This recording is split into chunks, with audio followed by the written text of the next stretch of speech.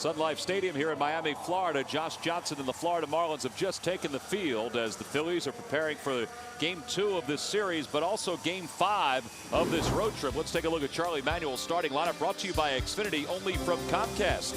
Leading it off in center field, Shane Victorino, and it worked last night, so Wilson Valdez is back in the 2-hole over at shortstop. Chase Utley, the second baseman, bats third, followed by Ryan Howard, the first baseman.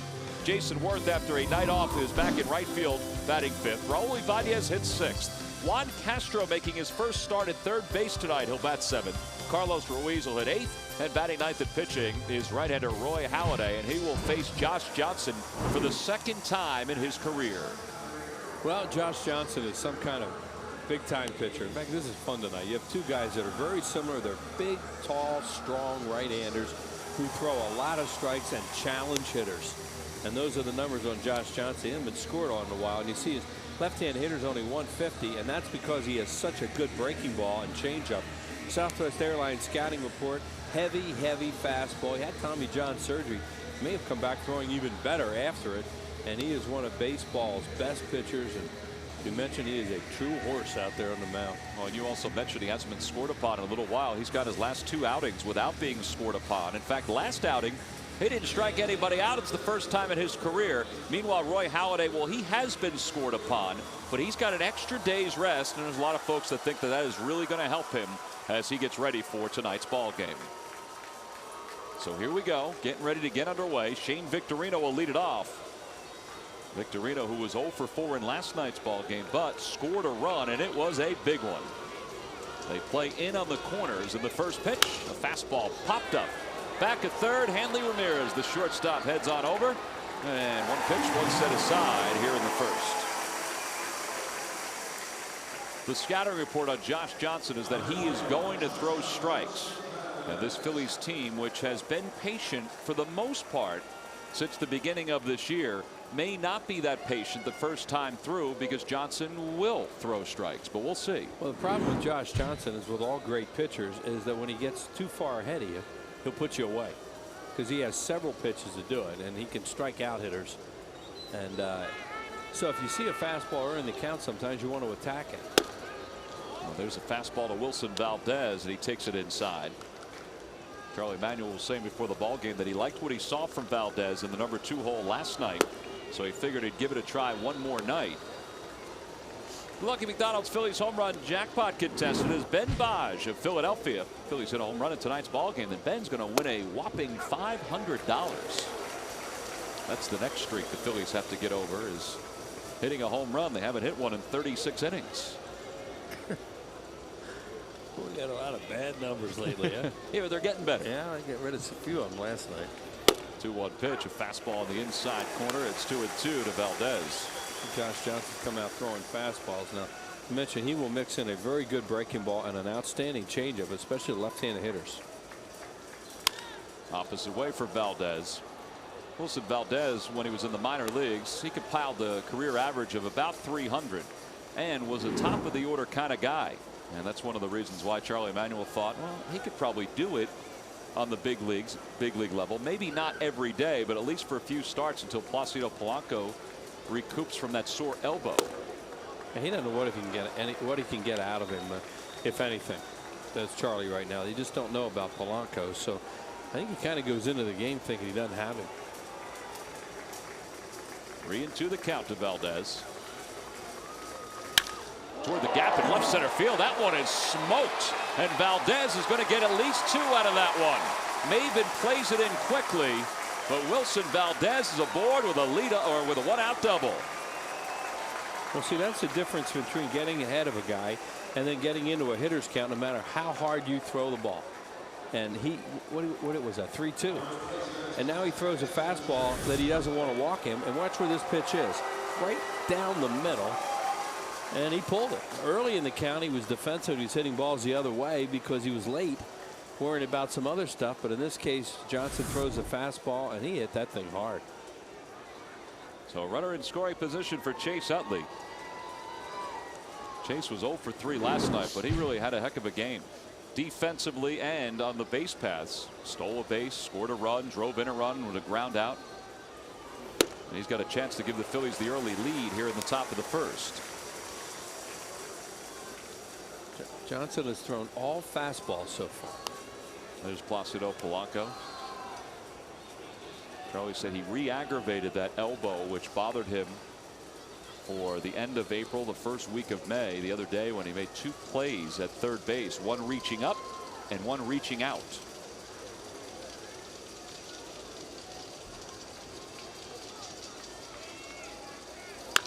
Towards second base. Valdez will move over to third on that ground ball.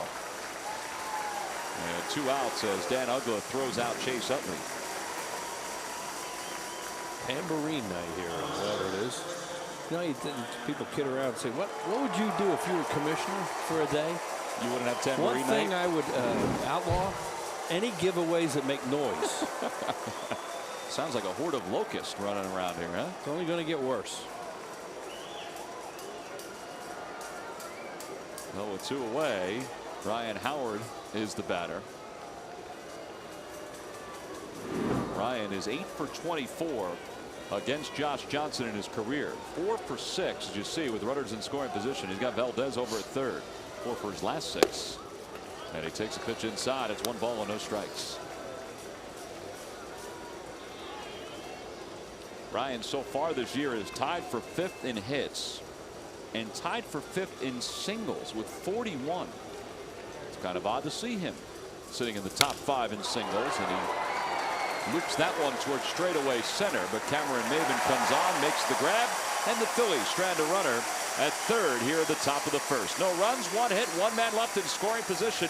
Time for Roy Halladay to go to work when we return. Oh, that young lady is not alone. There's a number of Philly fans that have chased Chase Utley from Philadelphia for this weekend series, enjoying Memorial Day in South Florida. Well, today's starting lineup for the Marlins, brought to you by Xfinity, only from Comcast. Leading it off in left field, Chris Coghlan. Gabby Sanchez, the first baseman, bats second. Hanley Ramirez hits third, followed by Jorge Cantu, the third baseman. Dan Uggla, the second baseman, is in the 5 hole. Cody Ross, the right fielder, bats sixth. And the bottom third of Brett Hayes, Cameron Maben, and Josh Johnson, the face right-hander Roy Halladay, making his 11th start of the year. Wheels. And he still has great numbers, even though he got hit around a little bit in that game by the Boston Red Sox. And they didn't catch the ball real well for him either. Allowed 7 runs in 5 2/3, and he fires a fastball for a strike. Southwest Airlines scouting report, pitching on that extra day's rest. That's the fastball he throws, along with a lot of other good stuff. Last 3 starts, numbers not real good. In fact, his last win was the 6th of the month against St. Louis at the ballpark at Citizens Bank Park. Well, and he said they didn't catch the ball real well for him his last time out. They haven't caught the ball real well for him lately. But Roy Halladay said it might have saved me a couple of pitches, the 1 error by Greg Dobbs last time. But for me, I think the 6th inning was big. To me, that's where the game kind of got out of hand, and that was my fault. And he evens up the count 2-2 to Chris Coghlan. He said he just didn't execute his pitches in his last outing against the Red Sox, and that's been the case for him. And he falls behind 3-2 to Coghlan.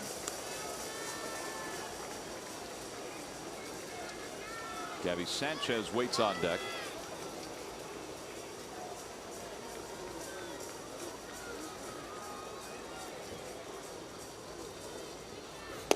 On the outside corner, called strike 3. Coghlan, I think, knew it. He was just hoping that the home plate umpire, Mike DeMuro, would give him a pass.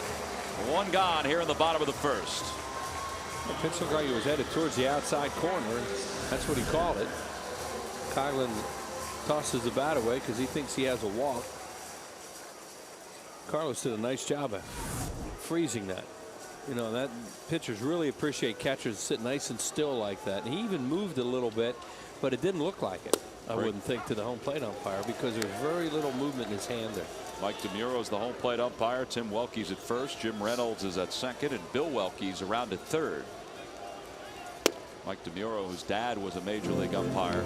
He was the first umpire in Major League Baseball to ump over in Japan, and he did that in 1997 just to kind of refine his skills.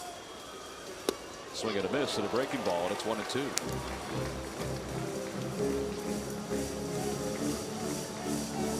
Charlie Manuel felt pretty good after last night's win because of the way the Phillies pulled out the victory and used their legs to help the offense along.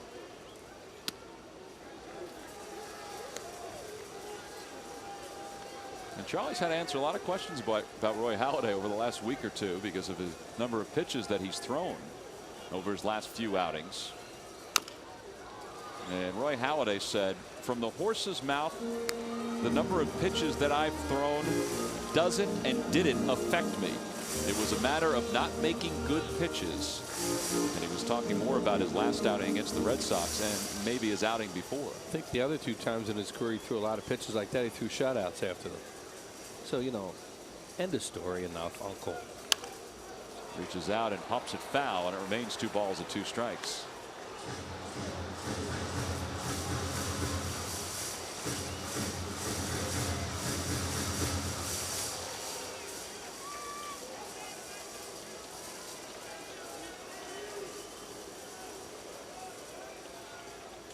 And a swing and a miss, and Sanchez way out in front of that one.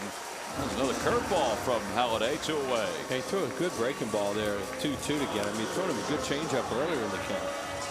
During the 2010 season, Turkey Hill will contribute $100 for each Phillies victory and 5 cents for each carton of Phillies Grand Slam ice cream, sold to support the Phillies youth baseball and softball programs. Phillies have 27 wins this year. And as we showed you before, they're a game and a half up in the National League East over the Atlanta Braves, who are facing the National League East this week, or this weekend, before the Phillies come into town for a 3-game series.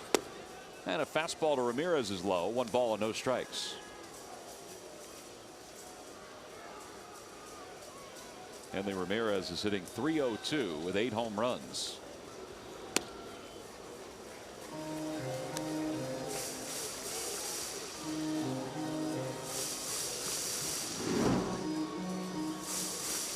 His splits between home games here in South Florida and games on the road.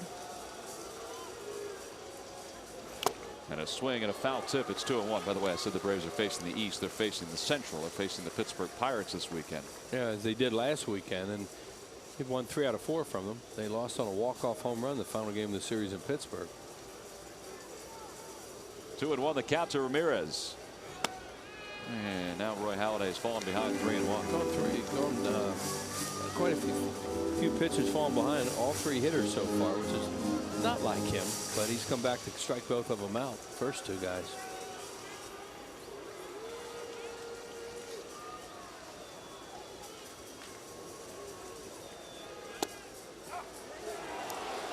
Bureau's got a good plate for a veteran pitcher, and Johnson may get the same treatment, so the hitters are going to be swinging the bats tonight. Second hitter that's walked away thinking that he's had a walk. Chris Coughlin, the leadoff batter, thought he had a walk and he was rung up. Ramirez thought he had a walk, and now it's 3-2.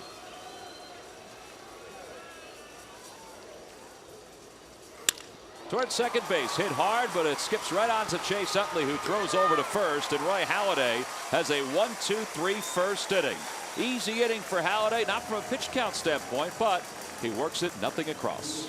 Roy Halladay got the Florida Marlins in order at the bottom of the first inning, and every time the Phillies retire the opposing team in order, Comcast will make a contribution to Phillies charities. Phillies baseball is brought to you by the Xfinity Triple Play, your complete lineup for digital TV, high-speed internet, and home phone. See by Halladay mopping sweat off there. It is typical South Florida night, and it's hot and humid. Now, there's rain all over the place again before the game, and didn't get here, and hopefully it won't tonight. But one thing's for sure, it's not hard to get loose if you're a pitcher.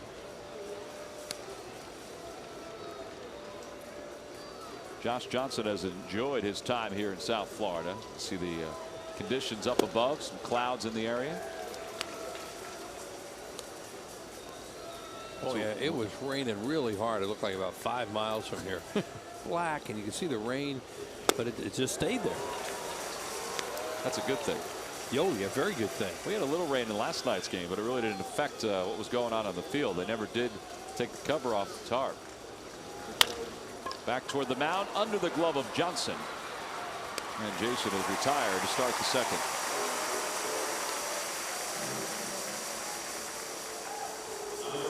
One away, and Raul Ibanez, once he gets the donut off his bat, will come to the plate.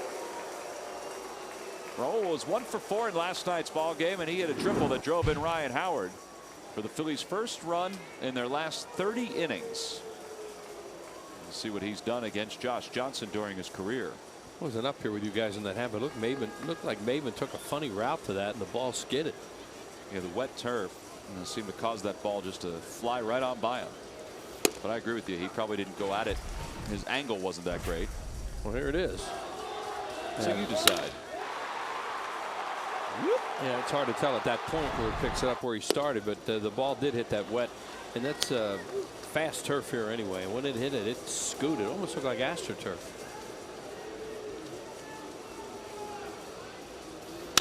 Roll goes the opposite way with that one. That's pretty well hit. Coughlin going back has room and makes the catch.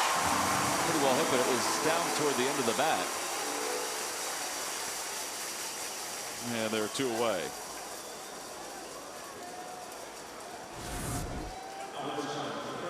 Here's a look at it. And Johnson, much like Halladay, has great movement on his pitches. Tom said that hit down near the end of the bat, and he really didn't drive it. Well, that'll bring Juan Castro to the plate. Castro played as a defensive replacement in last night's ball game, and he's playing third base tonight. Charlie Manuel was asked before the ball game about Castro playing third tonight instead of Greg Dobbs. He said, well, Castro can play third. He said he is a utility man, isn't he? And that was the design, was to have Castro come in and, you know, play some short, maybe play some second, and also play some third. One thing about when you bring a guy in and call him your utility infielder, he has to be able to do one thing: play shortstop, because that's the hardest position to play. Now, you take for granted they can play third and second and help you out there, if they can, but they have to be able to play short. And Phillies are very lucky that they have 2 guys that can do that in Castro and Valdez. Opposite way. That's a fair ball by Castro, just inside the first base bag, and he'll get to second. That's the second double of the night for the Phils against Johnson. A lot of triples in this ballpark down in that area. Now, Castro doesn't run very well, so he wasn't going to be a guy to get one. But it's 345 down the line with kind of a goofy corner. The ball shoots around that corner, and you will see triples down there. Here's just kind of a late swing at a fastball, and zip right inside the bag. Right there, a fair ball. And on it quickly was Cody Ross to get it back in. So a runner in scoring position for the Phillies, their second one of the night. And Carlos Ruiz takes a pitch on the black, and it's 0-1. You see what they're doing right here. They're not going to walk him and turn the order over here in the second inning, because they figure there's a reason a guy's hitting 8. Go get him. Roy Halladay waits on deck. You see what Carlos has done in his last 28 at bats. He's 3 for his last 28. One thing Carlos was doing when he was going well offensively was walking a lot in this 8-hole.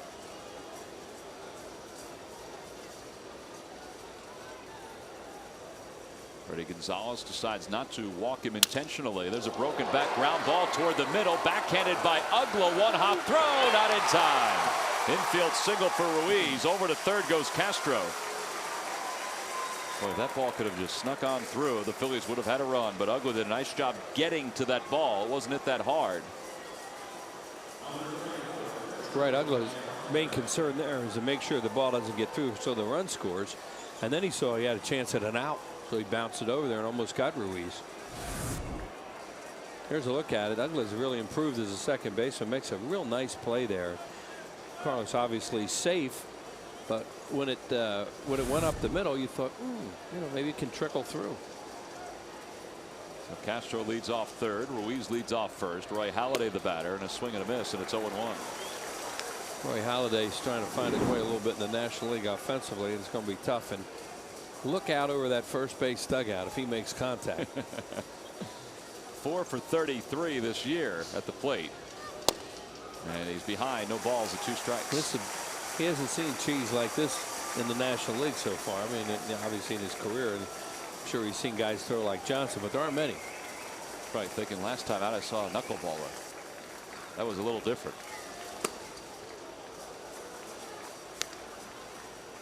On the Toyota Major League scoreboard, well, the Angels have scored 4 in the bottom of the 10th on a grand slam by Kendry Morales, and have defeated the Mariners 5-1.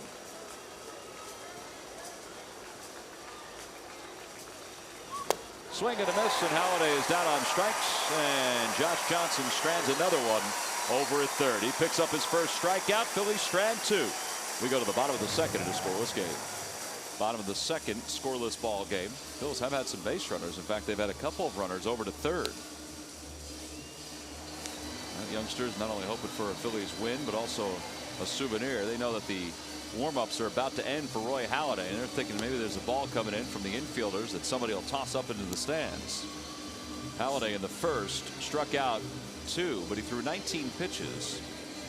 And now he'll go to work against 4, 5, and 6.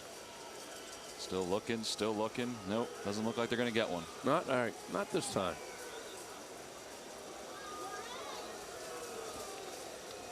Keep giving the players those mournful looks. Sooner or later, you might get one. Gonna stand up, show your jersey. Yeah. Jorge Cantu leads it off, and he'll take a breaking ball for a strike. It's 0-1.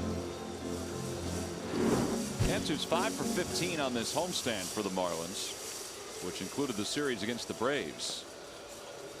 And he has seen Roy Halladay before. And in fact, he's 3 for 17 against him, as you just saw. And he was with the Rays for a number of years, playing in the same division with the Toronto Blue Jays. And he does come into this ball game with a 6-game hitting streak. See, Halladay doesn't throw many fastballs, at least in this at bat, and that's knowing your opponent, because Cantu is such a good fastball hitter. Doesn't mean you won't throw him one. They're going to go with another breaking ball here. That one just missed off the outside corner. It's 3-1. There's a cutter.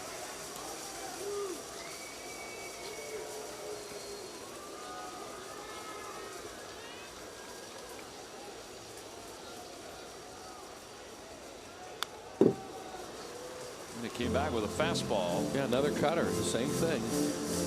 He's not throwing anything straight to Cantu so far. So Carlos Ruiz twice put down 3, and that must be 3 for cutter for Halladay. Sometimes 3 means slider. And a swing and a foul tip into the glove of Ruiz. 3rd strikeout for Halladay. That was a fastball. So 1 away here in the bottom of the second. There you go. This is a little four-seamer right there. And he throws it by him after all that stuff with a lot of movement. He went up a little bit on Cantu and got him to chase. Halladay comes into this game 5th in the National League in earned run average. His ERA is at 2.18. Josh Johnson, well, is right behind Roy Halladay. In fact, he's 9th in the National League in earned run average. The leader is Ubaldo Jimenez at 0.88. Halladay does not have real command of his breaking ball. There you see Josh Johnson. You can't help but notice him wiping his hand on his pants a lot and going to the rosin bag because there's just so much moisture here. There he goes again. Almost every pitch he goes and he wipes his hand, and he's been back to the rosin bag quite a bit.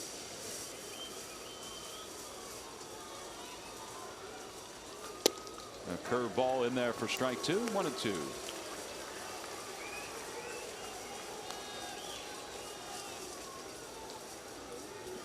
Dan Uggla's tied for the league lead in home runs with 12.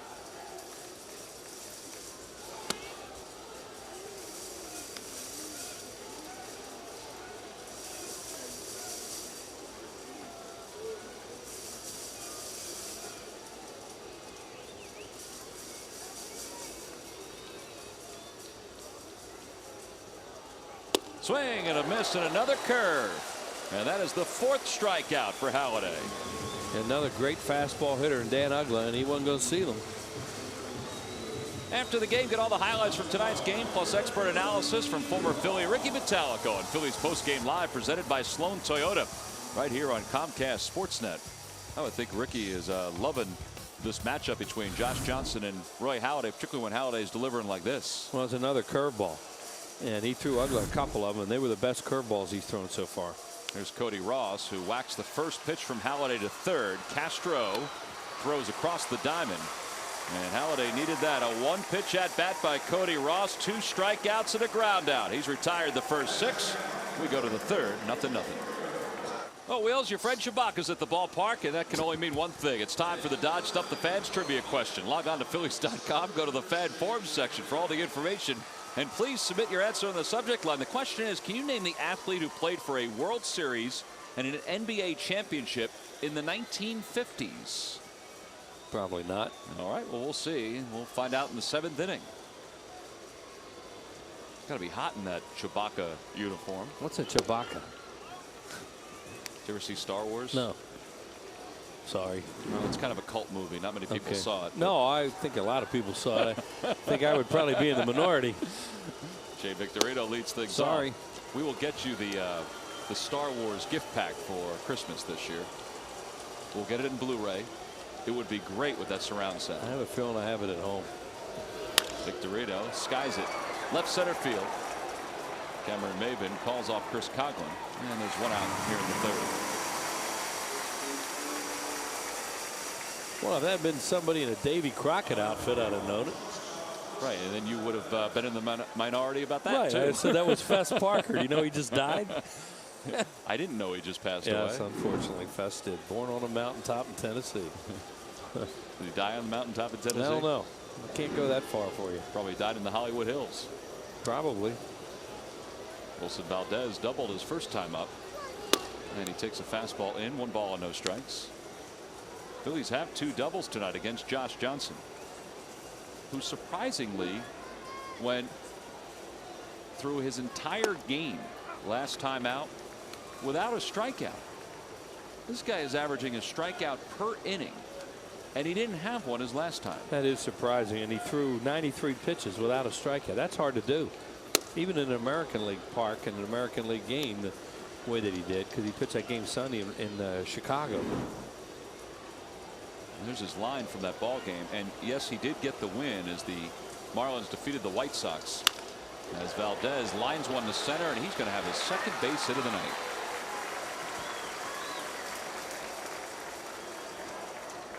Well, speaking of the American League Central, the Cleveland Indians are going to be in Philadelphia Tuesday, June 22nd at 7:05 for a 3-game series.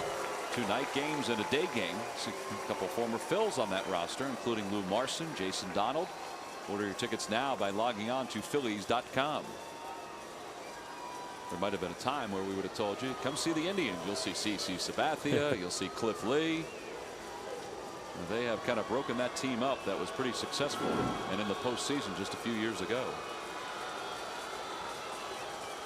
Chase grounded out his first time up. He's 0 for 1.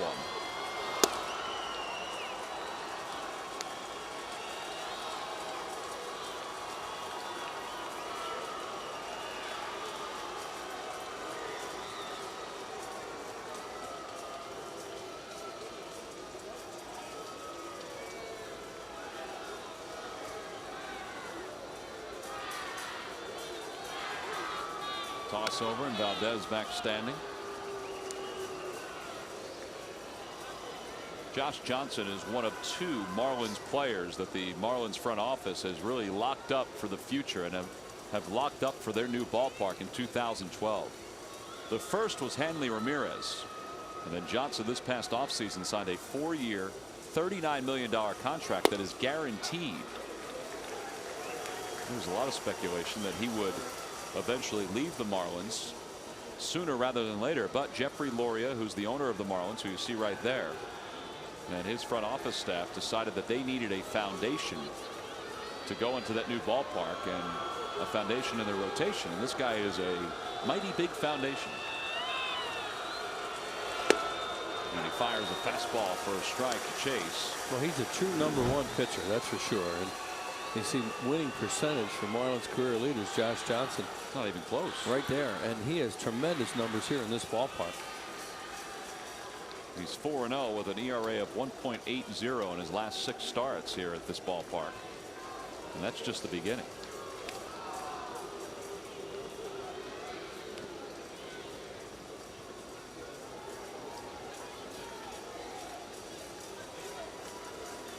Freddie Gonzalez had a great quote not only about Josh Johnson but also about Roy Halladay.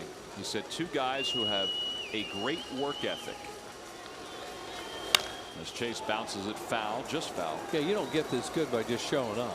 You know, they obviously both have tremendous talent. There's Freddie, who Tom's talking about, their manager, and Roy Halladay. They're gifted with tremendous natural ability, but to do the things they do And to be as superior as they are, you have to do more, and they do. Well, he went on to say, I don't know if there is a thing called an ace mentality, but I know that Josh and Roy Halladay's preparation is second to none. I think you either learn to work hard or born with it. And I think these two guys were born with it. Valdez goes, and Utley pulls it foul. Good time to run. You know, a lot of that has to do with Davey Lopes, and there's Charlie checking that stopwatch out there. Davey Lopes and Wilson Valdez talking about it. But also with 2 strikes on Utley, you know, they also think, hey, he may throw something in the dirt here. He may throw a breaking ball of some kind. You know, and even if Utley strikes out, we'll be at second with 2 outs. See, the opposition's been caught 5 times trying to steal against Johnson. And I think that's partly because they didn't get something soft. They got a real good fastball, and it gave Ronnie Paulino and John Baker and Brett Hayes a good pitch to throw on. Well, they just got a throw over. You saw the pinky go towards first base. They got a throw over after Valdez ran. Valdez doesn't go, and Chase takes a fastball wide, 2-2. Yeah, that's a great pitch for the pitcher to throw, and the catcher. It's almost like a pitch out if he had gone there, and that's the opposite of getting the breaking ball. Now, you know, you can put in his mind that the guy was going to go, so we don't want to throw a breaking ball there, something slow. We're going to throw a fastball. So you can do 2 things by a runner being in motion like that. Valdez doesn't go again, and Chase floats it towards center. Maben may have misjudged it. He did. It's off his glove, and that's going to go back to the warning track. Valdez speeding around third. He's heading for home. Utley's going to be at third base standing, and the Phillies take a 1-0 lead. Yeah, you could see he was in trouble on that ball, and then it looked like he had recovered because he's so tall, and he did get a lot of leather on it, and then kicked it behind him, or knocked it behind him when he hits it with a glove, which we'll probably see. But Utley fooled him a little bit because he lunges at this. Watch him lunge with one hand, and he's thinking, well, that didn't hit that hard, and then it's like, oh no, and right there it clanks off the glove. Watch how much glove that hits. Right there, he almost caught it, and he actually kind of forced it behind him. Well, they're going to score that a 3-base error for Cameron Maben, and the Phillies will take it. You know, you see a guy take a swing like that, and they're going to walk Ryan Howard here. You see a guy take a swing like Utley just hit, and you're the outfielder, and it's hit right at you. Your first reaction has to do what he did, and that's break in, because you see it's like a one-handed swing. You think he's dunking it in front of me, and I don't want that guy to get to third who's on first base. And then all of a sudden, Utley, as strong as he is, whatever he did with that, he got some backspin on it and took off. Really did carry pretty well, and that is the 40th error of the year for the Marlins. And no major league team has committed more errors than Florida. It's the second one for Maben. And there's intentional ball 4 to Ryan Howard. And this inning's still alive. Phillies have runners on first and third. Well, the reason he walked Ryan Howard right there is he's trying to get a strikeout and to prevent a fly ball, and figured Josh Johnson's chances to strike out Worth are better than to strike out Ryan Howard. I mean, that's the only reason why you would do that. And the other reason is you're playing to the opposition's pitcher right now, Roy Halladay, so you're doing everything you can not to give up runs. Well, the Marlins will set up a double play depth with runners on first and third, and 1 away for Jason, and he takes a fastball for strike 1. Jason came into the game 10th in the league in hitting at .309, but did have an off day yesterday because Charlie just felt like he was lunging a little too much and needed a day just to clear his head. He did eventually come in to play right field. He got 1 at bat. He's been hitting a lot of fly balls along with the strikeouts, and fly ball here would be just fine. 1-1 the count to Jason. And he lays off a breaking ball, and it's 2-1. Well, if they'll hand you 2 runs, and with a guy like Josh Johnson on the mound, you got to get him. And nobody knows that more than Jason Worth right now, trying to grind out this at bat and get that runner in from third.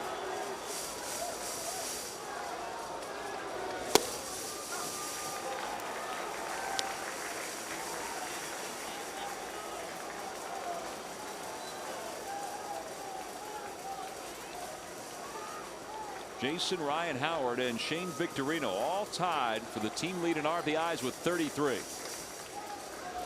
Off the outside corner, 3-2.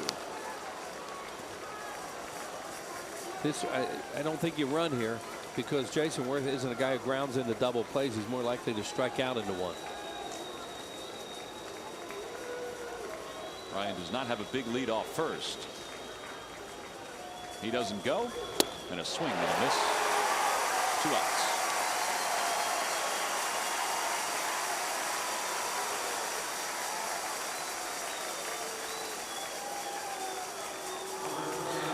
That is the second strikeout for Johnson. That's just a little cheese right here. Well, and that's why Freddie Gonzalez did what he did, walking Ryan Howard, because he wanted his best chance for a strikeout to prevent a sacrifice fly for that second run, and they got the strikeout on a 95 fastball.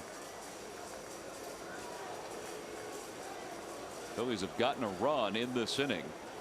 As it turns out, it's an unearned run, but they got a run nonetheless. And they've got another runner at third for the 3rd straight inning. Yeah, this inning was the first time they got somebody to third with less than 2 outs. And now they got him over there with 2 outs again.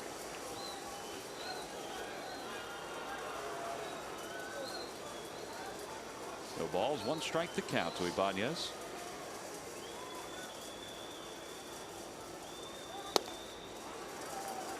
Raul, who is from the Miami area, went to high school here, lives here, went to college here, to Miami-Dade. If he wasn't drafted, then he probably would have went to the University of Miami to play some college baseball. And he lays off the fastball on the outside corner at 96, and it's 1-2. That's a gift. Throw 96 on the corners. That's special.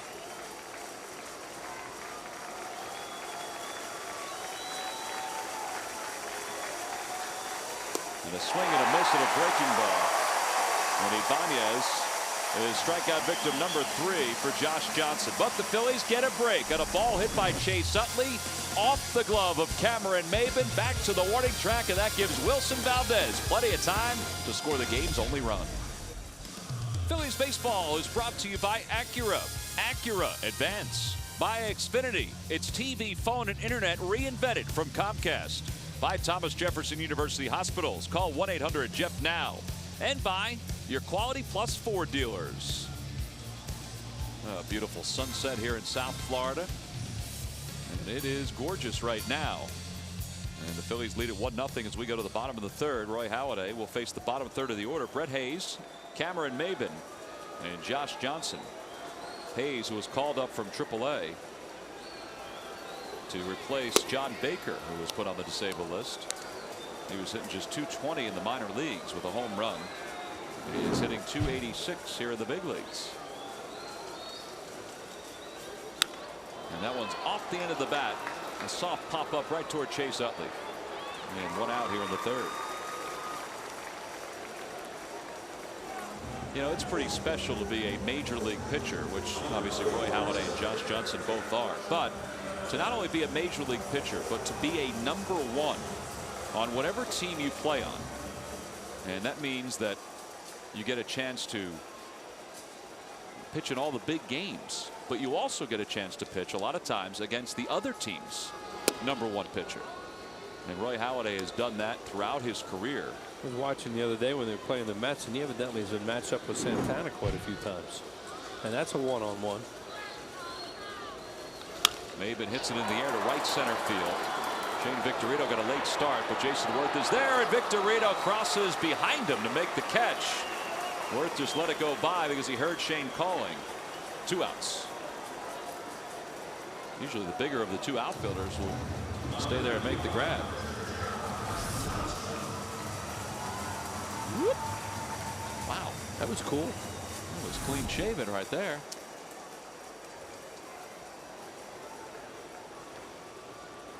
Two outs for Josh Johnson. Pretty good hitter. Oh yeah, this guy, you know, Roy Halladay, you know, should be able to handle him, but this guy can hit mediocre pitching, that's for sure. He hit some homers. 3 home runs in his career. They came in 1 season. He went to dead center in this place. That is deep. 2-0 the count. Well, guys, they got to put an elbow pad on him because he's a right-handed pitcher.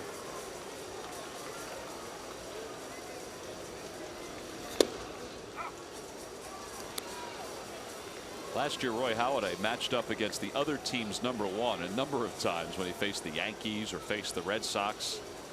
He would, from time to time, face Andy Pettitte, CC Sabathia for the Yankees, John Lester, Josh Beckett for the Red Sox, and it was staggering the number of times he either pitched a complete game or pitched into the 8th inning of those games. And he gets Johnson swinging on strikes for his 5th strikeout. He's faced 9. He's retired all 9 so far. We go to the 4th inning here in South Florida. It's the Phils 1, the Marlins 0. Tuesday, July 6th at 7:05, the Phils and the Atlanta Braves will get together as part of a 3-game series, and it's also a Charlie Manuel Louisville Slugger free to fans 14 and under. Compliments of the International Brotherhood of Electrical Workers, Local 98. Order your tickets now by logging on to Phillies.com. Well, Charlie Manuel, that day when he was swinging that bat, he was loving it. Has a signature on the top of it, and he's probably loving what he sees from Roy Halladay so far. His team leads it 1-0 as we go to the top of the 4th. In the bottom 3rd of this order, we'll see if they can get something cooking again against Josh Johnson. Gary Matthews joins us here in the booth. And Sarge, is a player, when both teams' #1s were scheduled to go at it, what does that mean as a player, like a left fielder like yourself? Well, you're looking forward to it, to say the least, and hoping that you can do something to win the ball game for it. I guess in a game like this, if you score 1 run, there's a sigh of relief that, all right, we got, we got the run first. Let's see what we can do to tack on a little bit. Well, that's what you'd like to do. You want to be able to add on and to pick up easy RBIs. They had a situation with Jason Worth up there, less than 1 out, runner on 3rd base. You want to make contact. Freddie Gonzalez elected to walk Ryan Howard, and it paid off for him. Well, 1-2 the count to Josh Johnson. We just don't see it that often, Sarge. I mean, we think we do, #1 against #1, but as the season goes on, it doesn't really happen that often. No, it really doesn't, except for maybe the first time of the year. But a lot of times, though, when they hook up those #1s, you're excited about it. You're thinking about it. I know when Steve Carlton pitched, and maybe we were facing a Tom Seaver, you were ready to go. Juan Castro to center field. Cameron Maybin, who misjudged one earlier, was able to make the catch on that one. One away.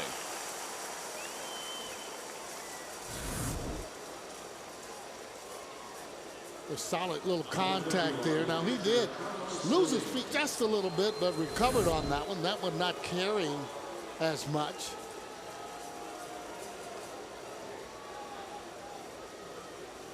Here's Carlos. Carlos had an infield single his first time up, 2nd into the series.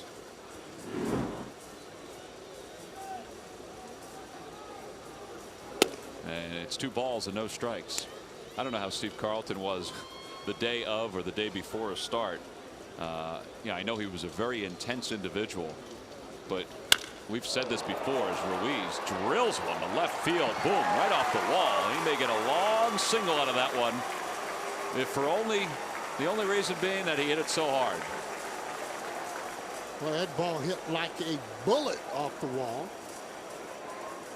Right above that, I think right above the 0, the second 0 in 2003. Well, that's the kind of sound that you like. Line drives coming off of his bat. That ball there hit just like a bullet. He's short, compact. Hear that sound, and outfielder just going to turn around. Roy Halladay, who does not have a sacrifice bunt this year, tries to sacrifice Ruiz up to second, misses the first pitch. Anyway, if you used to walk by Steve Carlton, I'm not sure what he said the day before or the day of games. You walk by Roy Halladay, and it is tunnel vision the day of a game. Yeah, Steve Carlton wasn't a good guy to talk to or ask anything the day he was pitching. 0-2 the count to Halladay. And well known. I mean, if he drops something, just keep walking. He'll get it himself. You just don't want to even have eye contact with him. You put him on that mound, and he means business, and he had a great chance of winning the ball game. Halladay pulls back. It's 1-2. So 1-2 the count to Josh Johnson.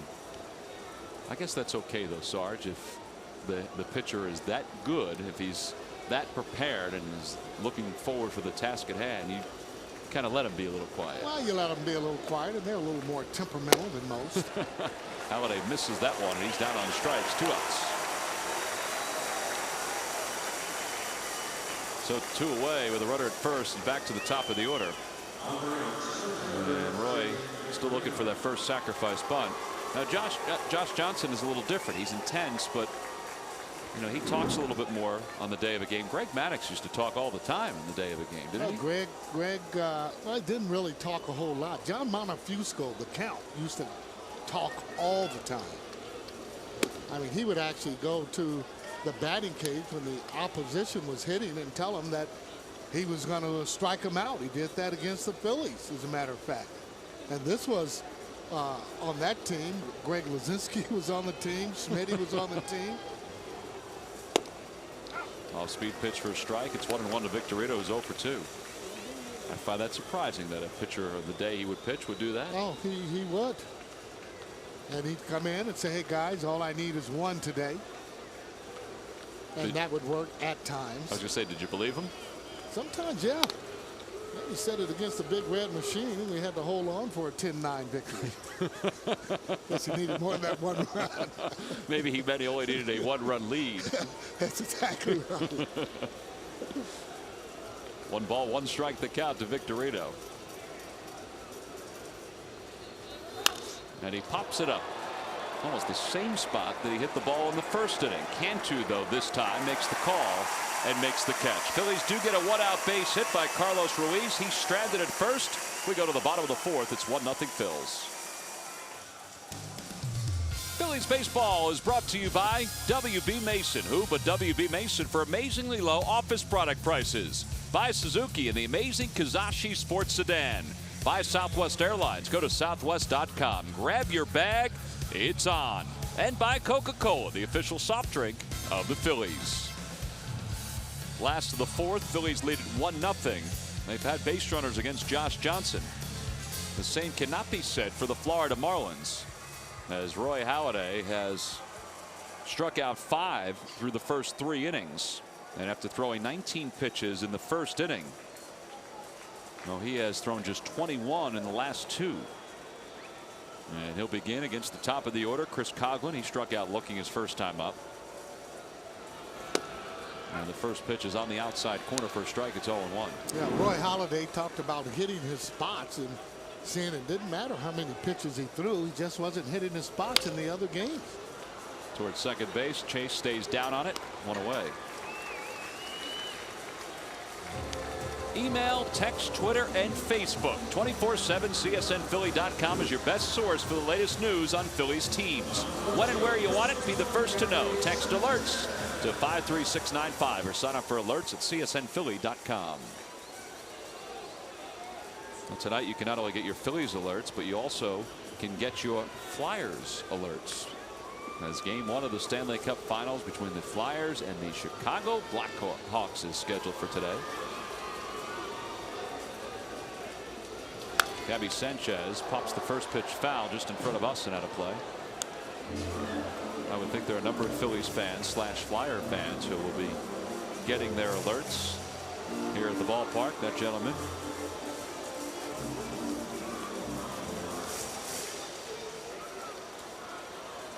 Sanchez struck out swinging his first time up. And the count is even 1 ball and 1 strike.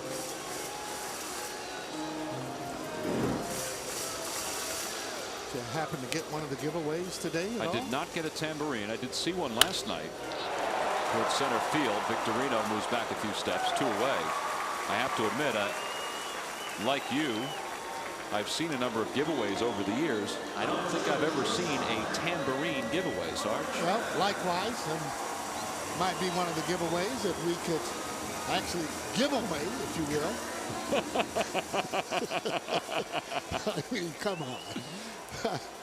Remember the one time they had those rattlers and they were hitting them both together and making all of that noise? You mean the Thunder Sticks? Thunder Sticks? Yeah. Oh, my. Well, this is as bad as the Thunder Sticks. And you don't think these folks are going to go home and use these use the tambourines at any point? oh, Ramirez grounded out his first time up. He's 0 for 1. Well, they certainly come in handy at a ballpark.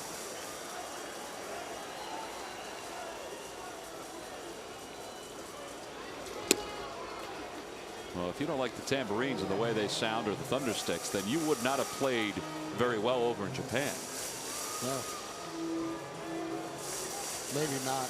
I mean, the tambourines, the sticks, I think, were very annoying. 2-1 the count to Ramirez. Surprised Wills hadn't said anything about these Well, he tambourines. mentioned them. No, he mentioned them. I was going to say that, you know, he doesn't like noise. So, I mean, I know it had to irritate him some. Well, there's a big concert after the ball game tonight. This is a Super Saturday at the ballpark. Good breaking ball. 2-2 the count to Ramirez. So those tambourines are probably in honor of the concert that will take place. Well, what a great pitch. Just late break on the cutter.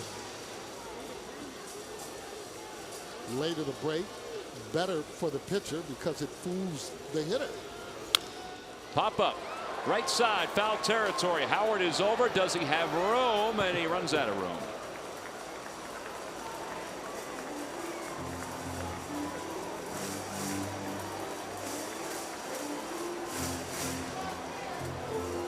So 2-2 the count.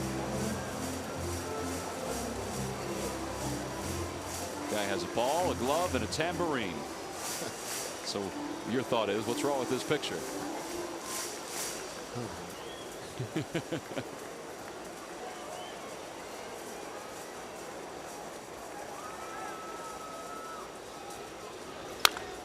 It's a foul ball into the Phillies bullpen. Nobody seemed to be that interested in getting up for it in the Phillies bullpen. Yeah, as long as it's not going their way. Gets that foot down. You see how he gets the foot down? And those guys with that high leg kick, they have to get the foot down to be consistent and to make sure that they're driving the ball. If you don't, you'll pop it up the way Victorino's been doing. And a called strike 3. 93 right at the knees. It's a 1-2-3 fourth inning for Roy Halladay. He is dealing tonight, folks. 6 strikeouts for Halladay. He has faced 12. He's retired all 12. Wilson Valdez will lead it off in the 5th. Hatfield Dollar Dog Nights are back at the ballpark, as everybody knows. Our next one will be Monday, June 7th, when the Padres are in town. Then Monday, July 5th, in honor of Sarge's birthday, it's when the Braves are in town. The Hatfield Dollar Dog Nights at the ballpark. You can log on to Phillies.com to make your purchase today. Go to the top of the 5th. Wilson Valdez leads it off. He's 2 for 2. He has scored the only run for the Phillies.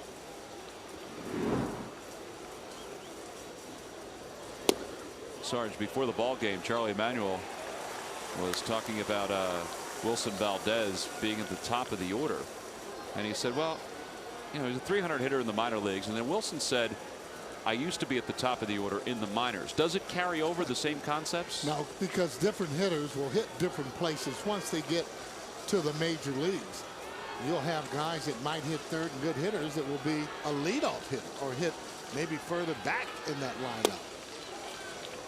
But I will say Valdez has been holding his own. I mean, just not swinging and missing. He's got a little decent idea at the plate, and he squared some balls up. So he's swinging with a lot of confidence, too. No doubt about it. You can hit a guy like this Johnson. That will give you really a lot of confidence to hit against other pitchers. You hit the best. The mediocre guys, you think you ought to get maybe 2 or 3 hits off of.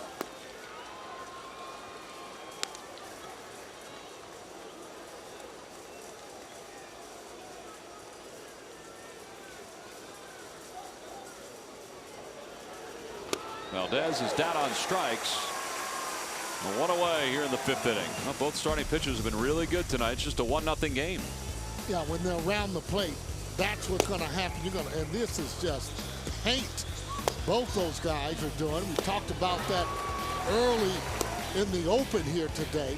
Both pitchers around the plate, cutters they're throwing. That's the two-seamer. has everybody shaking their head in the ballpark. Well, I got 11 strikeouts between the two, 5 hits for the Phillies, none so far for the Marlins. And here's Chase Utley with 1 out in the 5th.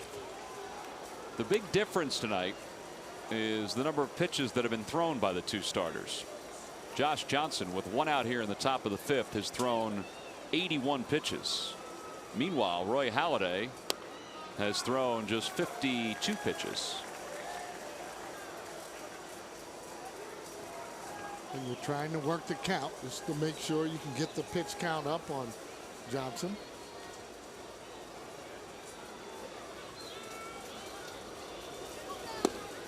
Utley's 0 for 2, but his last at bat was the ball that glanced off the glove of Cameron Maybin in center that led to the lone run in this game. Now, he hit that ball awful hard there to center field and just took off on him. Swing and a miss, and it's 2-2. That's a cutter, throws that ball in. Very good cutter. That's as good as a lot of pitchers' fastball. Take a look at the line there. There's 6 base runners between the 5 hits that the Phillies have and the 1 walk. Back toward the middle, behind the bag. Ramirez has got it. He had Utley shaded that way, so it turned out to be an easier play. Yeah, I thought Johnson might have touched that ball there. Just seemed to slow down a little bit. Maybe not. He's throwing hard, throwing a heavy sinker. Now watch this. That ball goes right through, and no, he doesn't hit it. Goes through, and Ramirez makes an easy play out of it.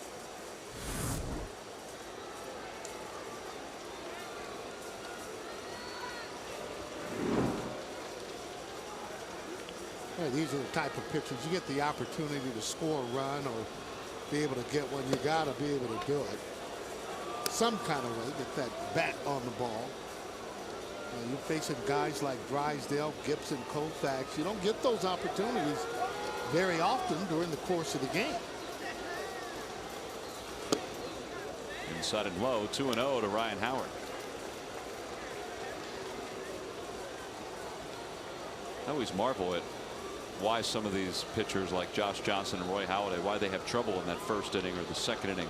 You know, why are those the innings that you might be able to get some runs against them, and then they settle in and they're just firing? And especially coming from the bullpen. I mean, you're already heated up and warmed up. You know, you should be really ready to go, but it takes them until maybe that third, fourth inning, they really start to heat up. 3-1 now to Ryan as he lays off the off-speed pitch from Johnson. Yeah, that's the test for him, to be able to hit that outside part of the plate. Especially Ryan now, he's moved off the plate now. And that's a tough pitch if it's a fastball away, and this is coming in. Just tied him up on that swing, not a fluid swing.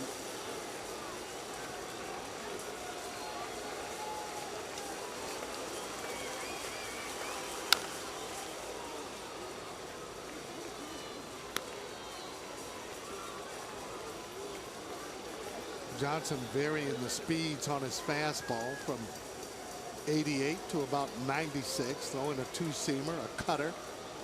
Comes over the top there, that 96, which is a straight one, a four-seamer. Toward left field. Coghlan headed back and makes the catch. The ball was sinking once it left the bat of Ryan Howard. It's a 1-2-3 fifth inning for Josh Johnson. He's retired 5 in a row. We played 4.5. It's the Phillies 1, the Marlins nothing. Today's great fact about Citizens Bank Park is brought to you by the Green Sense program at Citizens Bank. To offset the carbon footprint created by the team's utility power usage, the Phillies have purchased 20 million kilowatt hours of green power. It's equivalent to the planting of 100,000 trees. With Green Sense at Citizens Bank, get paid 10 cents every time you pay without paper, up to $120 per year. Jorge Cantu leads off the bottom of the 5th. 1-0 Phillies. Cantu, one of 6 strikeouts for Roy Halladay tonight. On the hands towards second. Nice play by Utley to his left, one away. That ball kind of skidded to the left of Chase, and he stayed with it the whole time. Yeah, and it is a fast infield, meaning when that ball hits on the turf, it almost acts as if it's AstroTurf because it speeds up. That's why you saw Chase actually getting over as quick as he could. Take a look at it now. He knows that ball, not even looking at it. He's getting over right away and makes a fine play of it. There's Dan Uggla. Swing and a miss by Uggla. He struck out his first time up.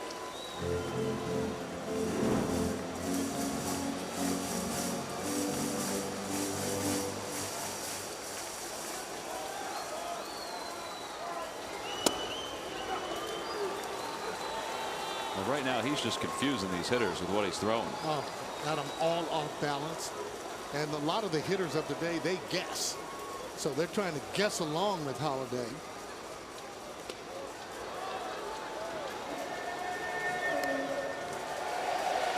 Roy Halladay has faced these Marlins 3 times before. And you see his distribution of outs. An ERA of a little more than 3 runs per game. A 1-1 record during those outings. And included in that was the 8-inning performance he had against them earlier this season at Citizens Bank Park, which we showed you during the outset of our telecast. Last year with the Blue Jays when he faced the Marlins, he lasted only 3 innings on June 12th because in the 4th he left with a strained groin. And he's fallen behind 3-2 to Uggla. Really pitching Uggla hard inside. He's another one of those second basemen in the league that has tremendous power.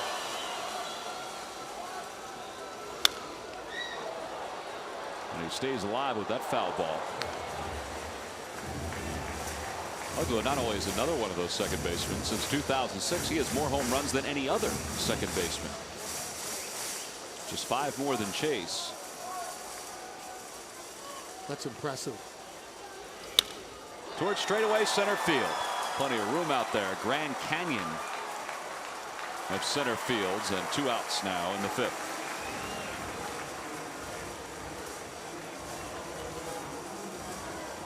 Look at the pitch count comparison. The only real rough inning for Halladay. Well, not the only real rough inning. The only long inning was that first. Well, it makes a big difference too, though, when your fielders are catching the ball and even maybe making that error. You got to realize now Johnson has to throw more pitches to get another hitter out. Well, we've seen that in Roy Halladay's last 5 starts. The Phillies as a team, and this isn't only when Halladay was in the game, but they've committed 10 errors in his last 5 starts. When he's in there, I believe it's 6 when he's out there. Wow. Cody Ross the batter, and it's 1 ball and 1 strike to Ross. Boy, he is painting that outside part of the plate, and this is after setting up his pitches, coming inside, moving that batter off the plate, and then being able to paint on the outside part, coming in again. Right in on the hands. He broke his bat. He got a little squib roller to Ryan Howard, who takes it to the bag himself. Another 1-2-3 inning for Roy Halladay. 5 innings, 5 1-2-3 innings. We go to the 6th. It's a 1-run game. Phillies lead at 1-0 as we go to the top of the 6th inning. It'll be Jason Worth, Raul Ibanez, and Juan Castro to start things off against Josh Johnson. Well, we said on paper during the outset of this game that this was a old-fashioned pitcher's duel. Well, it's not only old-fashioned, it is new-fashioned. I mean, it's everything that we anticipated. The Phillies scored their run on an error by the center fielder Cameron Maybin. They have 5 hits against Josh Johnson. Roy Halladay, meanwhile, has faced 15 batters. He's retired all 15. And he's going to stay hydrated as Jason Worth leads it off in the top of the 6th. And Jason is behind, no balls and 1 strike.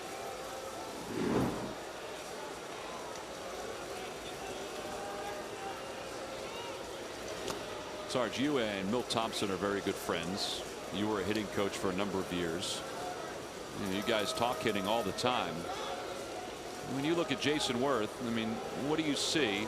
What do you think Milt's seeing from Jason over the last few games? Well, even on the pitch he just took, you can see he wasn't really having good balance. You know, and again, he likes his hands the way they are. I'd like to see him up a little bit more. And there's the pitch that he's been missing consistently, that fastball that is away. You know, again, when you're hitting, you got to have slow feet, but more importantly, you got to take that shoulder right toward the pitcher and not come off of it. Swing and a miss, and Jason is struck out for the second time tonight. 6 strikeouts for Johnson. So he and Roy Halladay both have 6. Well, there's no doubt Milt has watched Jason for these last few years, and like every hitter, you get into ruts, and Jason gets into these little ruts, but he gets himself out of it. Yeah, when you see that though, the ball's away, then he has a swing as if the ball is inside. You got to be going more to, especially he's been getting all those pitches away. So now you got to be thinking maybe up the middle if you can, and to right center. Ibanez is 0 for 2. And on the outside corner with the first pitch. And it's 0-1 to Raul.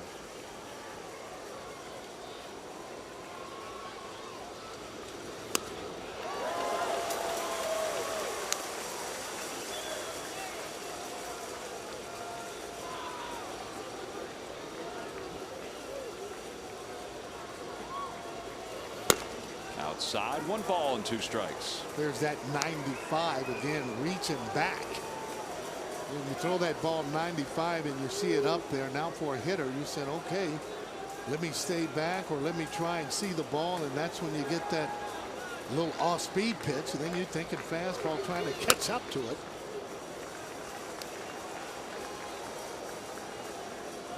Well, this is a guy in Josh Johnson who has been very comfortable here at this ballpark. Billy the Marlin has seen some very good games from Johnson during his career.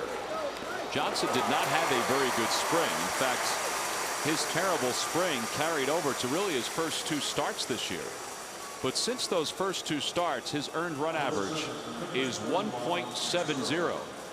And when he was asked about those first 2 starts, he said, I'm not really sure why I was so bad, but I was bad at spring training, so it was kind of a carryover. But he said he used a couple of bullpen sessions with Randy St. Clair as pitching coach, his new pitching coach, and that kind of got him straightened out, and he's been on the straight and narrow ever since. Randy St. Clair, who was the longtime pitching coach for the Expos and the Nationals, took over from Mark Wiley at the start of this year. And he's been watching Josh Johnson from the other dugout the last few years, and I'm sure watching him from his own dugout is a whole lot better than watching him from the Nationals dugout. Well, I got to tell you, this guy's an intimidator. 6'7" he stands on the mound, probably 250 plus, and I mean he is coming at you. Back toward the middle, another base hit for Castro. He has 2 hits tonight. Wow. Those are solid hits too, right up the middle. Castro has 2 hits, Ruiz has 2 hits, and Valdez has 2 hits.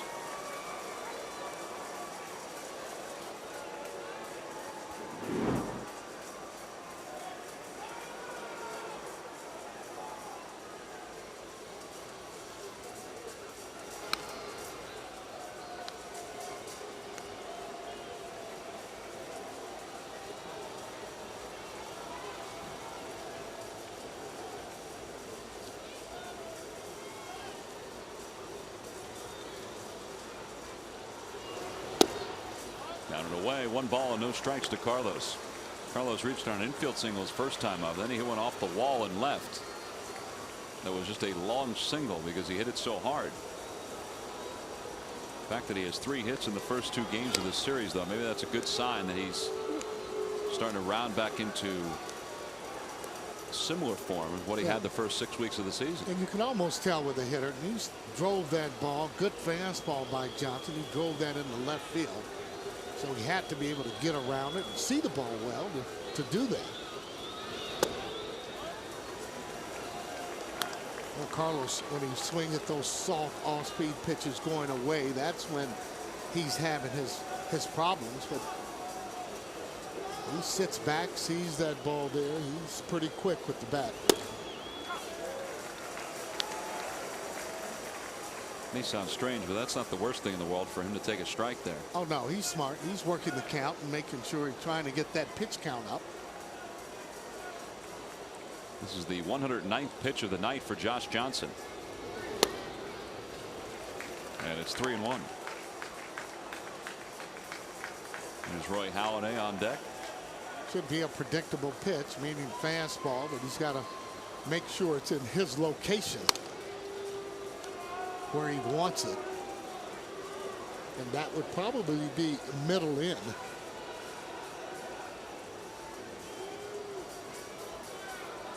Looked like the slider or the cutter. Hits it hard on one hop to Ramirez. Flips backhand to second in time to get Castro. The inning is over. Phil Strand one. We go to the bottom of the sixth inning. This might be it for Josh Johnson. Well, that Phillies bullpen is enjoying what everybody else is enjoying tonight.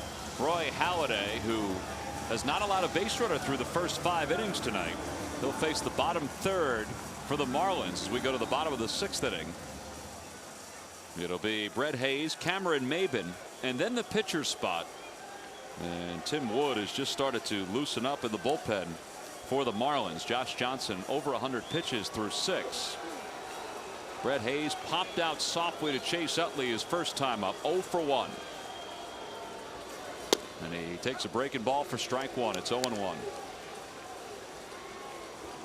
All of his pitches tonight, Sarge, are around the plate. Yeah, he's established that little strike zone low and away on the outside part of the plate. That's a foul ball into the seats over the Phillies bullpen. It's 0-2. That's what a pitcher should do. I mean, you throw a ball that you think might be questionable and you're getting that call, well, you can go back to the well on that. He's established that he's going to call that ball low and away.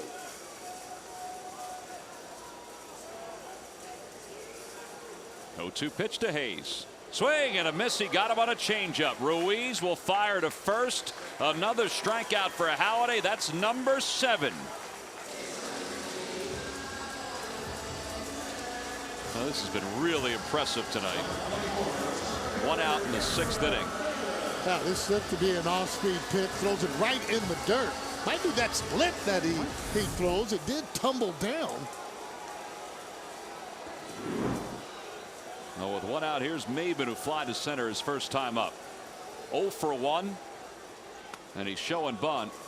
And he takes it for a ball. He's been working on his bunting. There's Josh Johnson. He's going to grab a bat and come in the on-deck circle. Well, he's not the worst hitter in the world to have at the plate. If he's going to bunt, you mean? No, Josh Johnson. Oh, yeah. That's true. He could be better than some of their pinch hitters. Well, 3 home runs in his short career and driven in 19 runs. 2-0 the count to Maybin.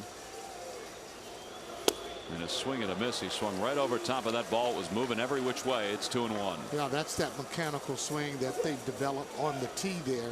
That ball away. He didn't even venture to go that way. He's just kind of swinging in that area, if you will. Showing bunt again. It's 3-1. He was working on his bunting with Dave Collins before the ball game. Dave Collins, first base coach, responsible for the bunting, the outfield, and base running. This guy was a real good base stealer during his career with the Cincinnati Reds. And he could bunt, too. Oh, boy. Towards shortstop. This could be a tough play because of Maybin's speed. Valdez hurries in time to get Cameron Maybin. 6-3 on the putout, 2 away. Oh, boy, that was a test. But again, we talked about it before. Valdez has a very strong arm. He can go into the hole. Not a big guy at all. He goes into the hole. He's got something to throw with. 2 outs for Josh Johnson. Tim Wood is sat down in the bullpen for the Marlins. Johnson struck out his first time up, and he takes a fastball for a strike, and it's 0-1. See, that's what I'm talking about. And there's Valdez in that arm of his, and he did get him.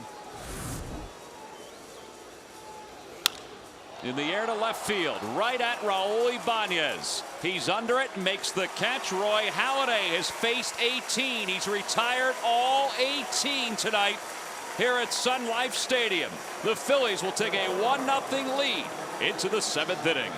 Well, time now for the Verizon Wireless Game Summary here from Sun Life Stadium. It's a smoking hot night, and then you see Valdez scored on that 3-base error by Cameron Maybin. Josh Johnson is still in the ball game. Roy Halladay can't get any better, and he's been here tonight. And you see Valdez, Castro, and Ruiz. That's what you would expect. You know, when you wrote that lineup out tonight, the Charlie Manuel, that you get 6 hits from those guys. Well, Halladay will lead it off here in the 7th inning, and as Will said, Josh Johnson remains out there. Johnson thrown 110 pitches.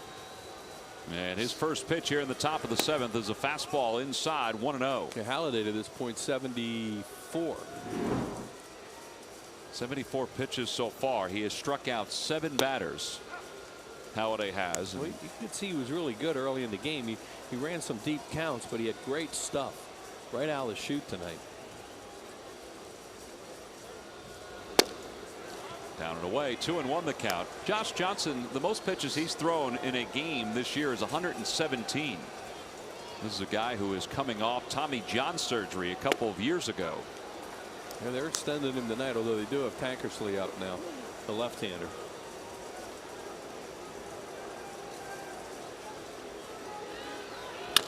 Chopper right side. Gabby Sanchez has it. Johnson covers, and Halladay's retired. Time now for a Coors Light freeze can. The Phillies have 1 run tonight, and that 1 run scored in the 3rd on this ball hit by Chase Utley. Cameron Maben misjudged it, and that is what happened initially, and he couldn't hang on, and it rolled all the way back to the warning track, and Wilson Valdez scored. Well, that was a great shot on that freeze can. Sure was. See how that thing was right in the webbing of the glove when he went to squeeze it or whatever happened. Maybe he was bouncing, his feet were bouncing, and it just went right out of the glove. Shane Victorino takes the first pitch from Johnson inside. It's 1-0. There's Taylor Tankersley, who pitched in last night's ball game. Now he's the left-hander out of the pen now. Pinto is on the DL because you used to see him a lot.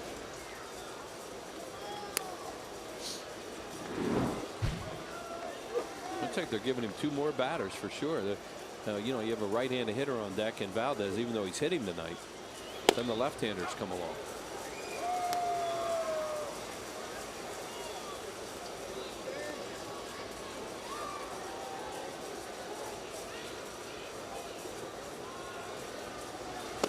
Mentioned that Josh Johnson is coming off Tommy John surgery as Victorino holds a swing, according to the third base umpire Bill Welke. You know, since he had that Tommy John surgery and recouped and came back, he is 27-7. Yeah, he's been better. That one's hit hard. A base hit for Victorino. A good hitters count, and he was able to drill it into right for a 1-out single. Phillies baseball is brought to you by your participating Philadelphia area Chevy dealers. Visit ChevyDealer.com. By AT&T, rethink possible. And by Toyota. Toyota's national sales event is going on now. Hurry into your Toyota dealer today. Outside Sun Life Stadium on a warm night.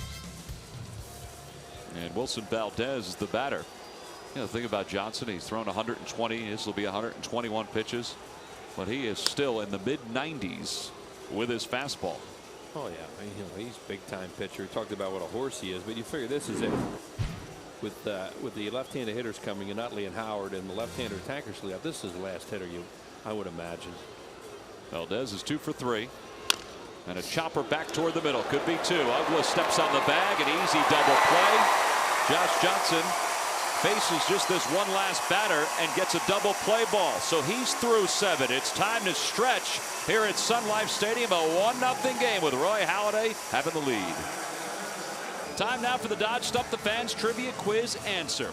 Wheels, can you name the athlete who played for a World Series and an NBA championship in the 1950s? No, but I got a few texts from friends, so I'm going to throw one of theirs out there.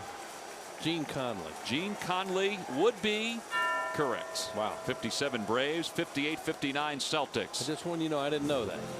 But nice Gene to have Conley, friends, though, Wheels. Yeah, Gene Conley did pitch for the Phillies, of course. There you see with the Milwaukee Braves and the Boston Celtics, and he pitched for the Phillies for several years. Chris Coughlin leads it off here in the bottom of the 7th inning. And Phillies had another NBA player pitch for them, of course, who did a great job, and that was Ron Reed. Ron Reed. Gene Conley won 91 games during his career. He was tall.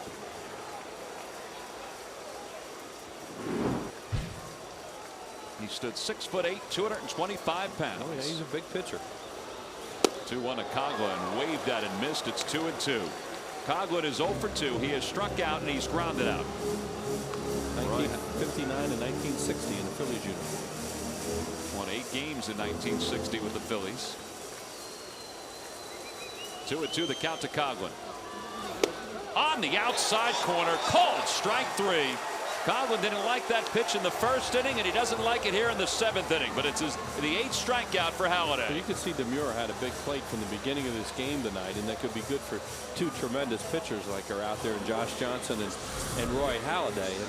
And as Tom said, the first inning, he had that same fastball called for a strike on the outside corner. He didn't agree with it then. He doesn't agree with it now, but he's gone twice. 8 strikeouts for Halladay. Gabby Sanchez takes a hook inside. It's 1-0. Sanchez is 0 for 2. We've been saying that a lot tonight. 0 for this, 0 for that. He has struck out and he's popped out. Toward third base, a foul ball.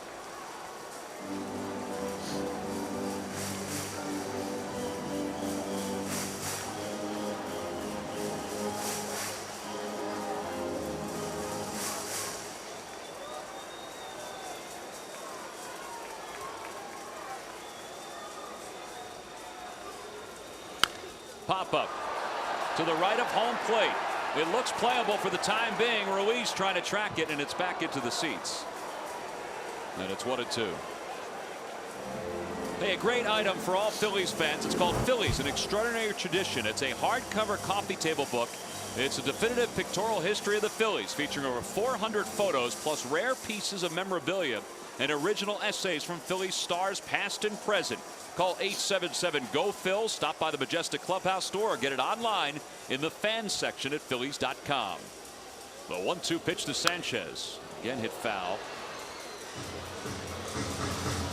Sanchez is riding a 5-game hitting streak after getting a hit in 4 at-bats last night.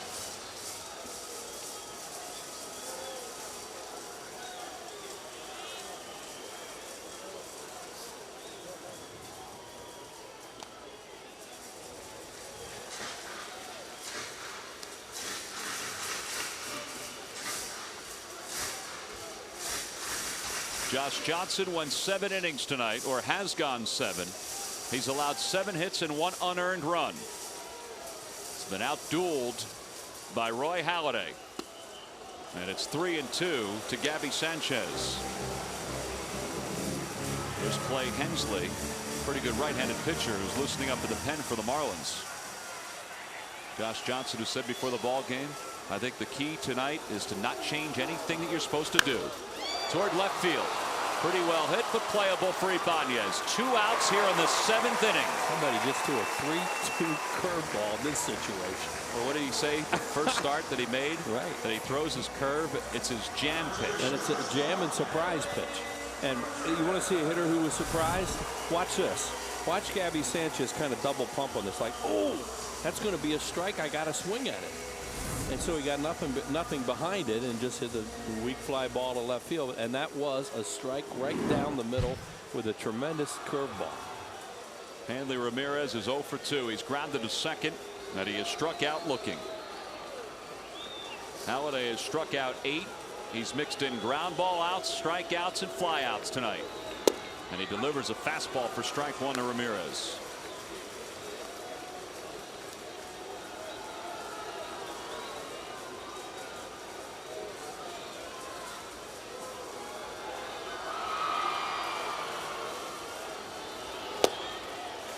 He put a little extra on that one. 95, and it's 1-1.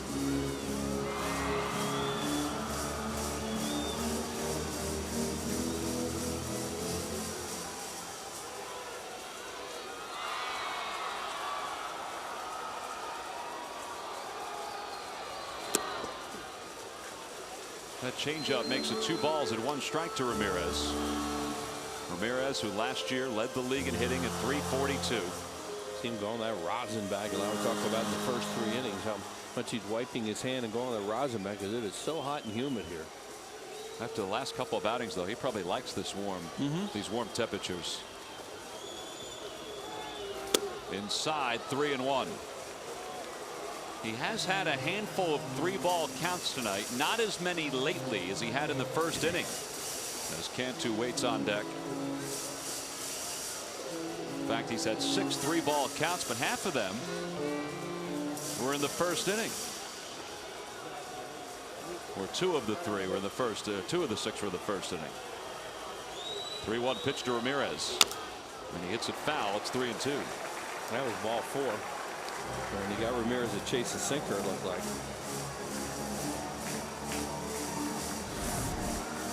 See if this pitcher's going to be low. Well, you know, it's hard to tell. You see from the side angle sometimes pitches that look low from the center field camera are knee high. That was close.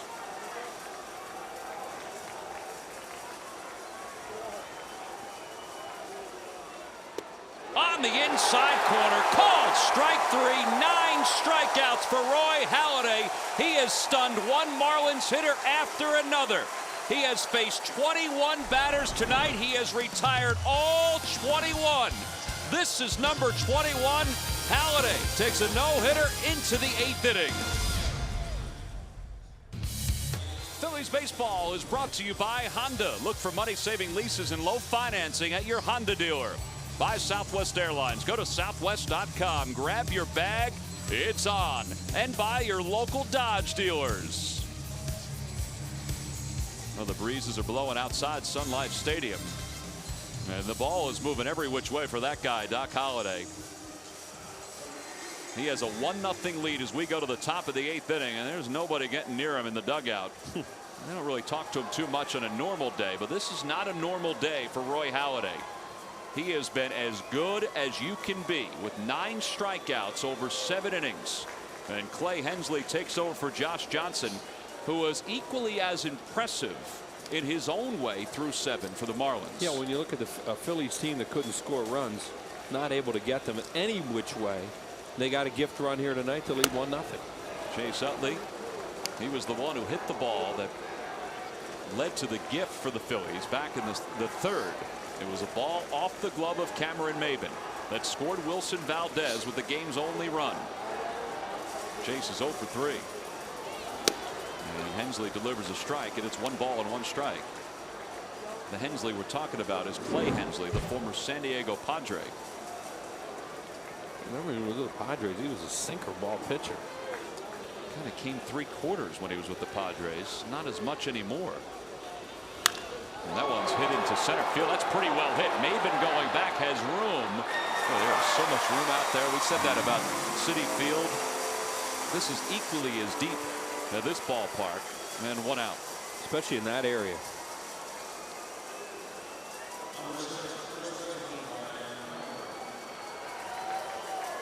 Runs and hits have been tough to come by. Phillies scored that unearned run back in the 3rd. That's when Ryan Howard was intentionally walked after the ball that Utley hit. 0 for 2 officially.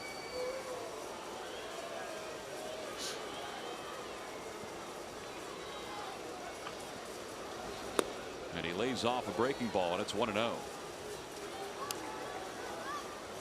Year in and year out, the Marlins bullpen is changed. They tinker with it. I mean, every team does, but probably more than any other team. Part of that has to do with where they want to keep the salaries. The other part of it is that they generally have young players that they mix in with veterans like Hensley. And Jeffrey Loria, whose team is going to move into a brand new facility in 2012. You know, may not have to worry about that as much in the future. But for now, he's got to maintain a certain payroll, which is, you know, rising from time to time, or from year to year, I should say. But guys like Hensley and Kiko Calero last year, and Dan Meyer, you know, they're brought in to complement Hanley Ramirez and guys like that. Well, they've come up with a closer now in Nunez. That one's hit hard but foul by Ryan Howard. But it's 2-2. They were competitive their first year in the league as an expansion team because they had Brian Harvey. And, you know, not that they won a ton of games, but they were in a lot of games. And when Brian Harvey, and they had a lead, he'd shut you down. He was a veteran guy that came over from the Angels, I think it was. Well, the gentleman you saw next to Jeffrey Loria sitting in the stands is Michael Hill, who's their general manager. There's Michael. And it's his responsibility along with Larry Beinfest, who's the Marlins president, to make sure that this team is competitive, but with not a very high salary. And Howard is down on strikes. 2 outs.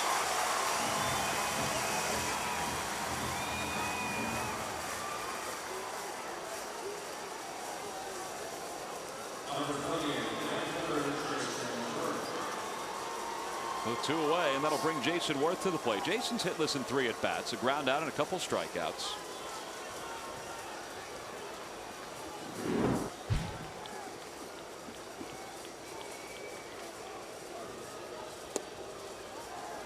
There has not been a stretch where Jason has struggled as much as this stretch that he's in right now.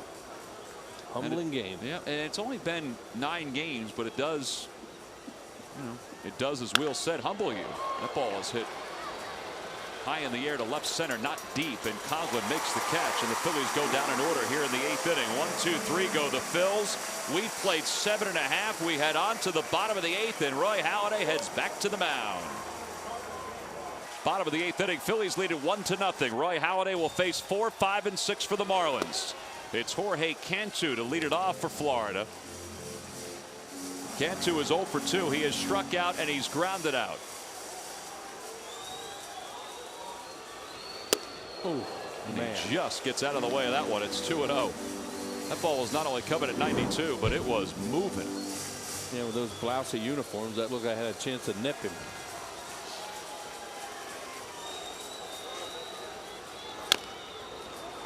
He tops it. And Halladay's got a strike. 2-1. Roy has struck out 9 so far in this game through the first 7 innings.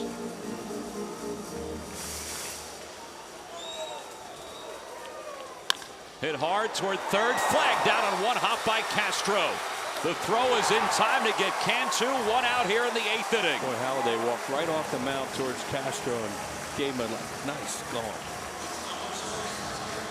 Charlie Manuel was asked today about Castro playing third. Well, this is one of the big reasons why he decided to put Castro at third. Here's our Home Depot defensive play of the game. That ball was smoked on 1 hop, and he makes a tremendous play. Home Depot defensive play of the game. The Home Depot doing more on defense. Dan Uggla has struck out, and he's fly to center. I have an umbrella over the 8 on the fly ball to center, but nothing has really been that deep tonight against Halladay.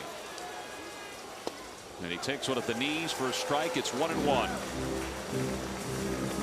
The pace of this game with Halladay and Johnson has been unbelievable. And Roy is just getting the ball and getting on the rubber and firing.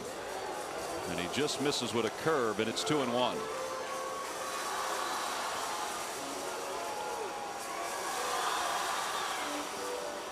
How do you answer all the questions about the number of pitches you've thrown in the last few starts? Well, if Charlie Manuel had a way to answer it, this is a perfect way to answer it tonight, because he has thrown a lot of strikes, and it's even 2-2 to Uggla.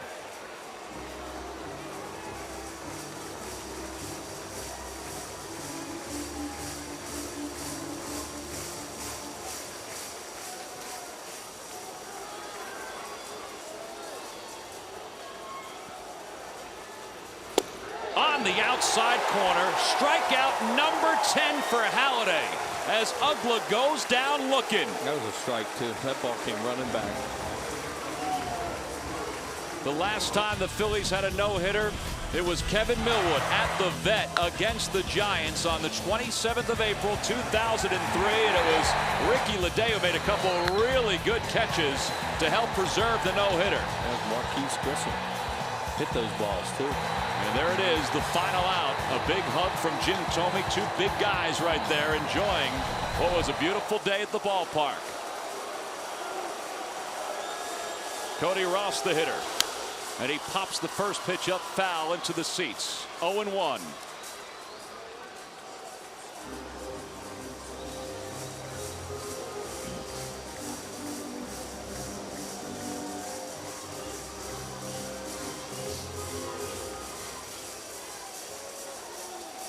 Ross hit one to Castro at third back in the second inning. Hit one softly to Howard at first. And he pops it up. Shallow left field. Valdez pointed, and then he settles under it, and he makes the catch. Halladay has faced 24 batters tonight. He has retired all 24. It's an unbelievable performance that's brewing here in South Florida. We have completed 8 in Miami. It's the Phillies 1, the Marlins nothing. It has been a hard night's work for Roy Halladay. He is through 8 innings. He has not allowed a base runner. We go to the top of the 9th inning. The Phillies lead it 1-0.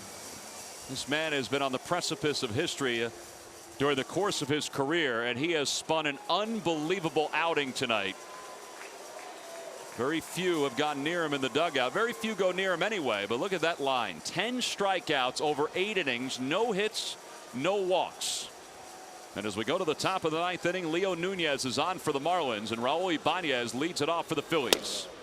Yeah, and the reality of the game, besides all this unbelievable stuff going on with Halladay, it's 1-0. 1-0.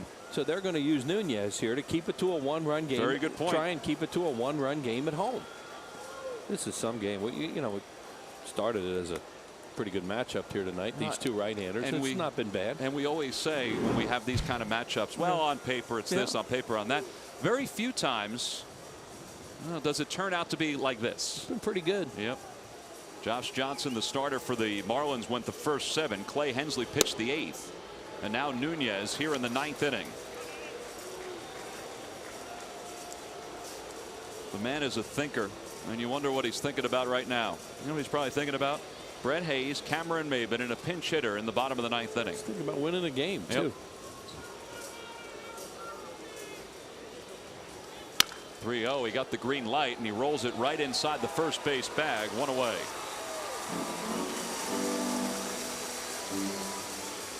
Sanchez takes care of Ibanez. You think about a hitter off their bench. They have one left-handed batter, and that's Mike Lamb. So, there's a pretty good chance we're going to see him in the 9th inning. Yeah, they have one of the game's better pinch hitters in Wes Helms, but he's a right-handed hitter. Here's Castro, who has 2 hits tonight. He's 2 for 3.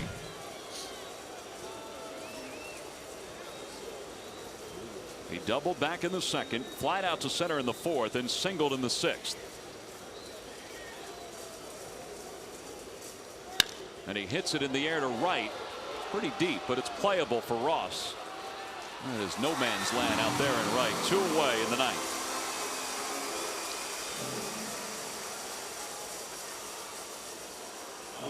Carlos Ruiz has 2 hits. He is an infield single, and he drilled one to left back in the 4th, and he's also bounced into a fielder's choice. Phillies lead the division by a game and a half over the Atlanta Braves, who are leading their ball game against the Pirates. The Marlins are the bottom team, 4 games out. Roy Halladay waiting on deck, and Carlos takes a fastball for a strike. It's 0-1.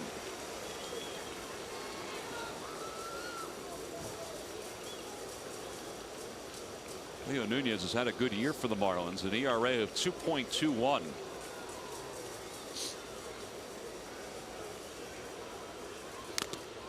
He has a very good fastball and a really good changeup.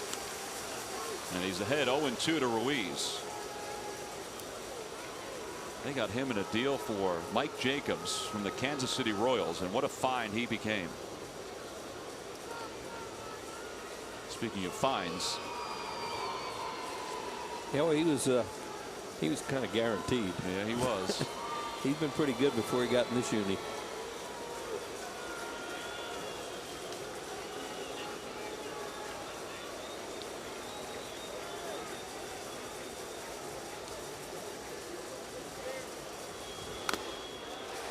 Ruiz stays alive. He wasn't sure whether to swing, whether to stop, or then swing again. Give Chooch a lot of credit here tonight, too, the way he's handled Roy Halladay. Watching it, you don't always know when they're shaking off, because sometimes guys will stare in when they want another pitch. They won't necessarily shake or do something with their glove, or they'll just keep looking in there. But they have been in a very, very good rhythm tonight. Absolutely.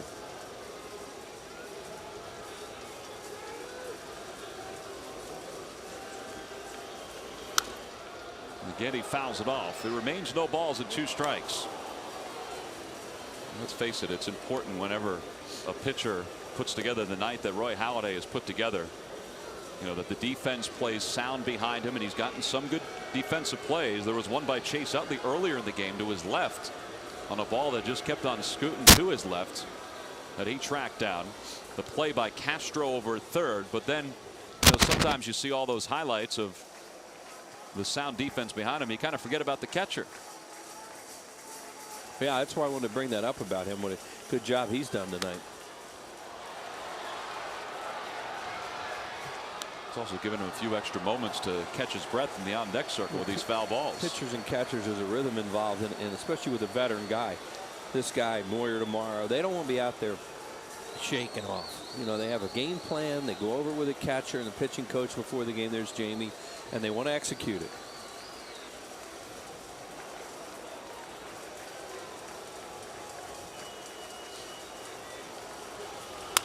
Towards second base, softly hit. Uggla's got it. Throws to first. The inning is over. 1, 2, 3 go the Phillies. Here in the top of the 9th inning, Carlos Ruiz will take the slow stroll back to the dugout.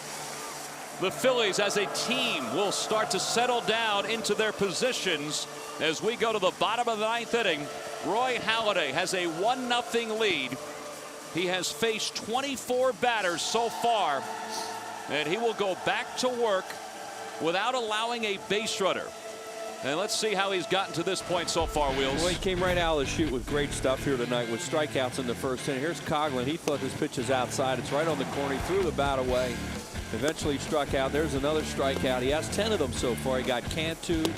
There's one on Uggla. He's pitched very well with off-speed stuff. He's gotten Hanley Ramirez twice called. Now here we go into the 6th inning. Brett Hayes tops one in front of the plate.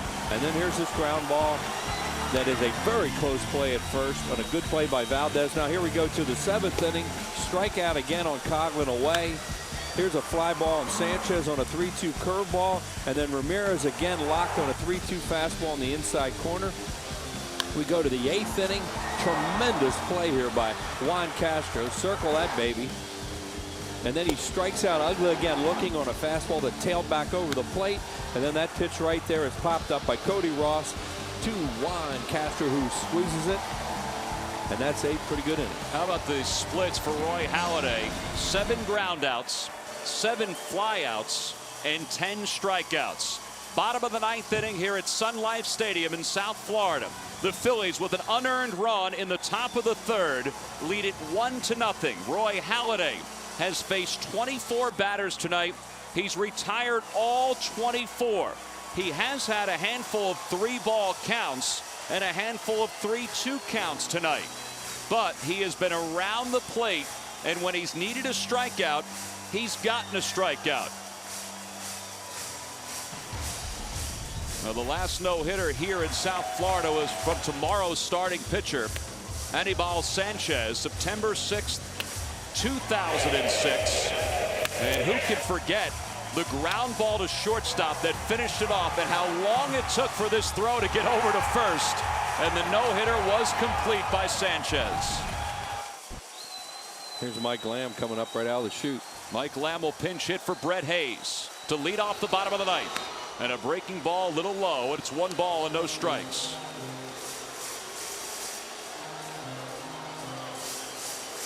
Lamb, who was just recalled from the minor leagues just a couple days ago. Hits one hard but foul, and it's 1-1.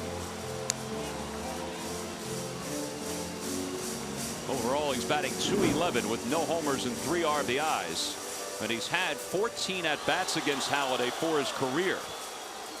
2 hits during that time. What a night for Philadelphia. You got the Flyers and the Blackhawks playing in the Stanley Cup Finals. And you got Roy Halladay twirling a masterpiece down here in Miami. Quiet bullpen. 1-0 game. In the air to center field. Pretty deep. Victorino on the run toward the warning track. Roy Halladay is 2 outs away. Not using the ballpark because this place is huge. And he kept it in the middle of the field, and Shane ran it down. That was a deep fly ball. The last perfect game in Phillies history. Who could forget Jim Bunning at Shea Stadium? Father's Day. Got Johnny Stevenson for the last out on a swing and a miss on a breaking ball. There it was. That was a heck of a pitch right there. You talk about movement. There was a whole lot of movement right there. Well, Buns had a pretty good breaking ball. I shouldn't call him that. He's a senator now. But he wouldn't mind. Mr. Senator had a pretty good breaking pitch that night.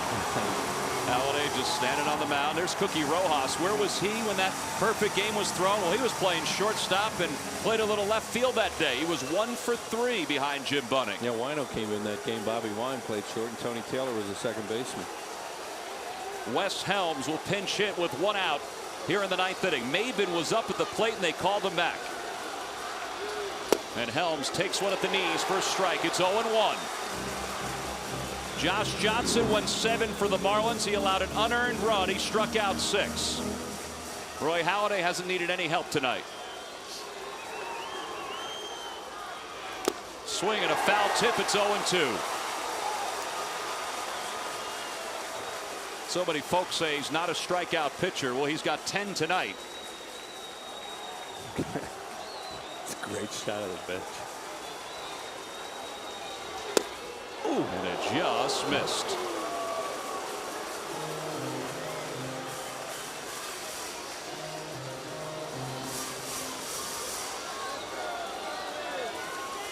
They're guarding the line at third. Here comes the 1-2 pitch to Helms.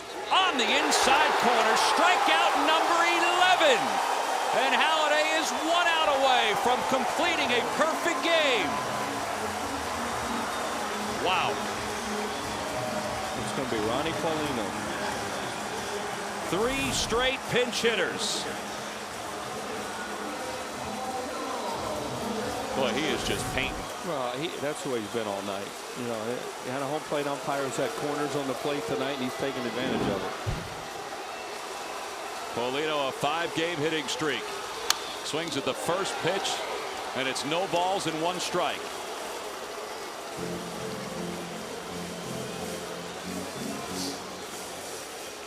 Charlie Manuel hasn't moved in quite some time, nor is Rich Doobie. 1-1 the count to Paulino. Earlier this week, Charlie was moving every which way in that dugout, trying to change his team's luck. He doesn't want to change anything tonight.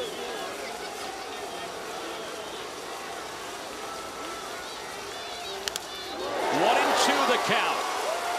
Change up. Saw the wiggle of the fingers from Carlos Ruiz. Paulino down to the count, 1 ball and 2 strikes. Those tambourines are coming in handy now. Everybody on their feet. Halladay's got his signs. The 1-2 pitch. Hit toward third. Castro has it. Spins, fires. A perfect game! Roy Halladay has thrown the 2nd perfect game in Philadelphia Phillies history. He faces 27 batters. He retires all 27. It's the 20th perfect game in baseball history and the 2nd one this year.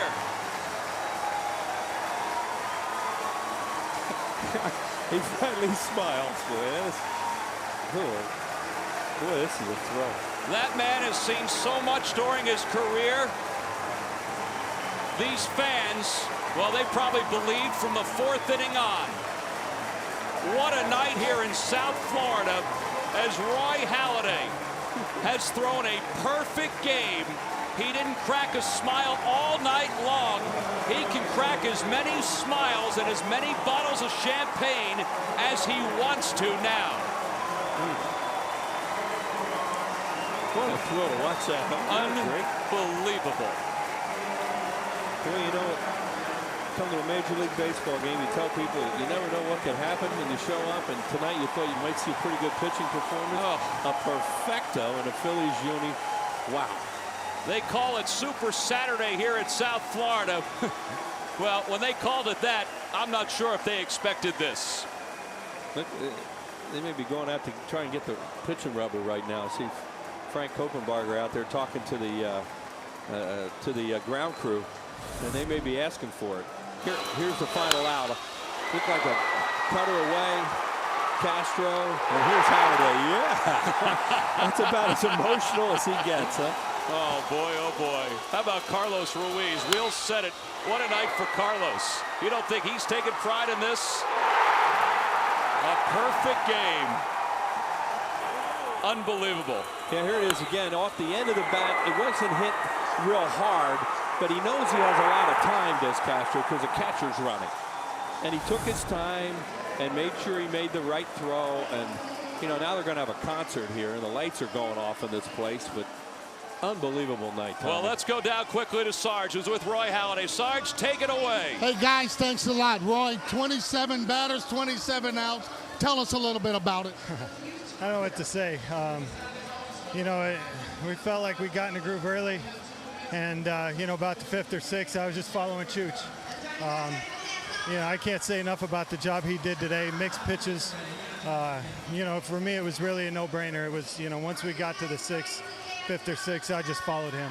Yeah, a lot of times when you come from the bullpen, a lot of times, especially number ones, they don't seem to be ready, and that's when teams take advantage of them. But you seem to have good stuff right away. Yeah, we, you know, talking to Jamie and some other guys, had some things that I wanted to work on, and you know, I felt good with it. I felt like, you know, early in my bullpen, I was hitting spots more than I had been. So, you know, I felt like I just carried that out there. Last question. How about all the Philly fans here standing up, coming in that ninth inning? Did you feel it? Yeah, it was awesome. I don't know what else to say. Right, thank you. All right, guys, back up to you. All right, Sarge, thank you very much. Boy, we could say we're privileged to have seen a lot of things over the last handful of years. A World Series championship, 2 straight World Series appearances. But man, are we privileged to watch what we saw tonight. For 40 years watching games, I've never seen a perfect game in person. I've seen no hitters. Never saw a perfect game. It's great. Well, let's take a look at this final out. Look at the way that ball was moving right at the end. The reaction by Roy Halladay. Yeah, it looked like a little cutter that he threw in there. And he just trickled it off the end of the bat. When that was first hit, he thought, uh-oh, that's in to the hole. Yeah, I thought but the same thing. But then you realize it didn't have much juice behind it, and Juan was right there to cut it off because that ball was in the hole. But and it was really neat the way he talked about Chooch there and the way they worked together, because it became pretty obvious that game was going on. He wasn't shaking them off. It didn't seem like. They were just working great together. Well, what a gift for this ball club. What a gift for that guy. What a gift for all Phillies fans. Don't forget our next telecast will be tomorrow in Florida. So much more coming up on Phillies Post Game Live, so stay with us.